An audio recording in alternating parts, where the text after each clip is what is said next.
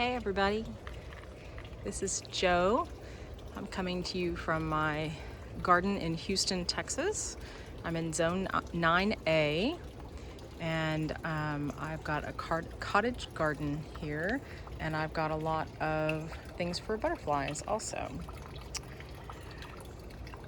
So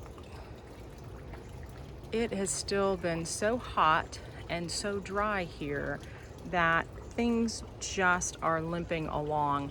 I got a little memories thing from Facebook and realized that this exact week last year, everything was so beautiful and green and fluffy, and it was just gorgeous. And it doesn't even look like the same garden. And so, like last year, you can hardly see, this is a huge rose bush. You can hardly even see that that's a rose bush. It was just solid green with leaves last year. Here you can see I've got some little, flowers popping out, but it's gotta be the drought that has just really gotten us here. And I didn't realize how bad it was until I saw those pictures from last year. Here's one of my favorite things this week is this Mexican bush sage, which is the Salvia leucantha, and then this huge amazing grass that is just one of my favorite things. Next year I'll move that, because right now from the house, like from my kitchen window, this is blocking that, and so they're having to sort of fight with each other for attention. But from this view, they're just so pretty together. Here's Mrs. Doubtfire. Hello, baby. Before it gets too dark, I wanted to show you really quickly the butterfly business that I've got going on.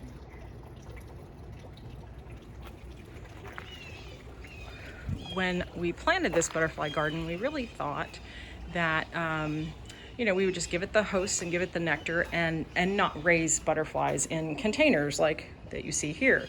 But we have so many red wasps that we would have 25 caterpillars one day, 5 caterpillars the next day, 0 caterpillars the next day. And so we got tired of the wasps getting everything. So we started putting things in enclosures. Well, the first thing we did were black swallowtails, and they all hatched out within a week, except for this one. And he may stay there. It's my understanding he may stay there until next year. Sometimes they will stay in a chrysalis, for months and months and months. And so he's still in there. Let me put him down very carefully so I don't knock him off. Tip him over the edge there. So what I have in here, everybody on my Houston Facebook group has been complaining that something is eating their pentas down to a nub. Well, I've got all kinds of great looking pentas, and I just happened to find this guy. This is going to be a Teresa Sphinx moth. He's got these fantastic sort of pretend eyes. Look at him. Isn't he fantastic? And I've needed to trim my pentas back anyway, so he's just getting all the cuttings of he's getting to eat what I want him to eat versus him just decimating one of my pretty pentas. So that's been super fun to watch him. And then here, I've had such a hard time growing this kind of pipevine. This is fimbriata, and had a really hard time keeping it alive long enough for all the pipevine swallowtail butterflies to hatch out. We would have, again, the same problem. We'd have 20 caterpillars, and the next day we'd have 5, and the next day we'd have 0. And I just think those red wasps are getting to them. So you can see on here, you can see right here, these little, let's see if I can get them in focus. Those little orange dots, those are the eggs. Let's see if I can get them. There we go. And they've hatched. You can see there's a dark red one, and then there are some pale sort of orange ones. Those are the eggs. They've already hatched out, and you can see this is so much fun. I really don't have enough pipevine to support all of these guys. but look at all those teeny tiny bitty baby caterpillars. They are the cutest little guys. They're super friendly, and they've just been so much fun to watch. You can see how much they've eaten just like since yesterday. And so there's a guy in town with a nursery called Joshua's Native Plants, and he's got a pipevine, the vine version, that's massive, and he will let you come over and bring him caterpillars. And so I'm going to bring him some caterpillars later on. I'll show you again up close this rose. It's blooming. This is Mrs. B.R. Cant. It's blooming. The flowers are a little bit ratty, but it just doesn't have any, nice foliage on it. It's just bare. I think it's just from the heat and from the lack of water, and I wasn't watering it enough. And so that's my bad. It might just also be the heat. I had a real aphid problem. I had that hyacinth bean vine, which I still have here. You can see my amazing purple beans. I've still got it here, and I've got some more down here, but this was just covered in aphids, and so I took it down. And it's good. This is a Texas kidney wood, and it's really going to be a little bit, maybe 10-foot tree. And it's finally bloomed, these little white flowers. It's a butterfly host plant, but it's also got really great nectar for the bees and the butterflies. And so I was super, super excited for it to bloom. And this will give it a lot more space. It was just getting crowded out, which is why it got so tall and so skinny.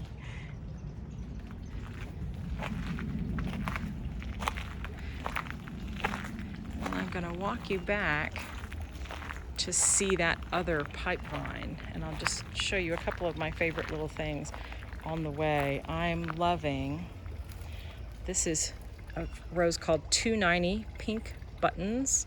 It's so small, it's the same size of my thumbnail, and it's right next to this pink muley grass, which is just so pretty. It's one of my favorite things in the garden, and every time I think it's as fabulous as it's going to be, it's even more fabulous the next week. So it just keeps coming out with these inflorescences, and I just love that sort of purpley pink, and these roses kind of coming up through it. And then this was pretty the other day with that rose coming up through it as well. And I've planted a few things. I've done a few things with seed. From seed, I gathered seed from this awesome zinnia, and so I got 6 of them to come up, and I just got them in the ground yesterday. And so I'm hoping that, in the next couple of months, I'll be able to fill that in, because so many things are so bare. This fall has just been so hard. We had less than an inch of rain the entire month of September, and so I think that was really hard on everything. Before I get to the pipevine, I did start I've got feeding Friday, and I've started turning Tuesday, where I'm turning the pots each a quarter turn to try to get everything pretty. So this is no pain, no gain, because now we've got just what is the ugly side of this coleus, and these don't look terrific either. And I've kind of got the ugly side. You see it's so pretty on this side of that. Oh, sorry, kitten. I'm sorry, kitty. But you can see how pretty this side is, but I'm just putting up with it, and you can see this one's turned away. So I didn't turn them for you to show you the pretty side, because I'm showing you my example of turning Tuesday. If you turn it regularly, eventually I think it'll all be pretty all the way around. But you can see I've got my pretty side here, and I just keep turning.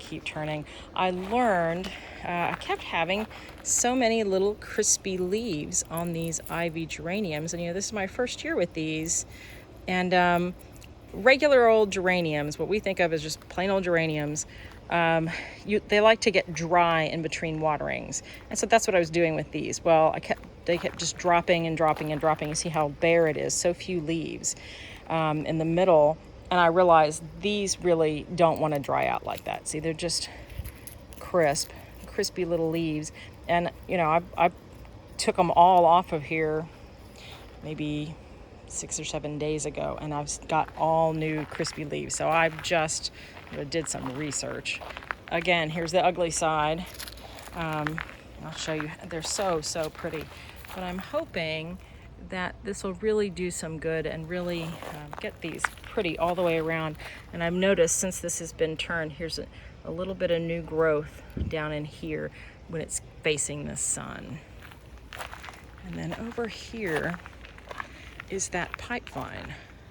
So there's 3 different kinds of pipevine, and I'm not going to say the name of it right. It's like Aristolochia. I'm not sure. I can put it in the description. But there are 3 different kinds. This one is an actual sort of vine that goes up. This is tomentosa. And I'll put some of those little tiny caterpillars on this. Then this one down here, which is not particularly happy, it's not very big. I've planted it, and it's just never stayed nice. That is called watsonii, and I've got a couple of little plants of that here and there, but I just had a nice one here die, so I don't know about that. And here's this third climbing one, and those caterpillars will go through that really quickly. And the ones we started on are called fimbriata, and they have a little white vein on the leaf. Well, I'm just doing a little quick tour of my struggling dry garden. Here are these are those tall pentas that I got a couple weeks ago, and they're so pretty. And then my little Teresa moth caterpillar's getting the clippings off of that. Well, I hope you guys have a great week, and we'll see you again soon. Bye-bye.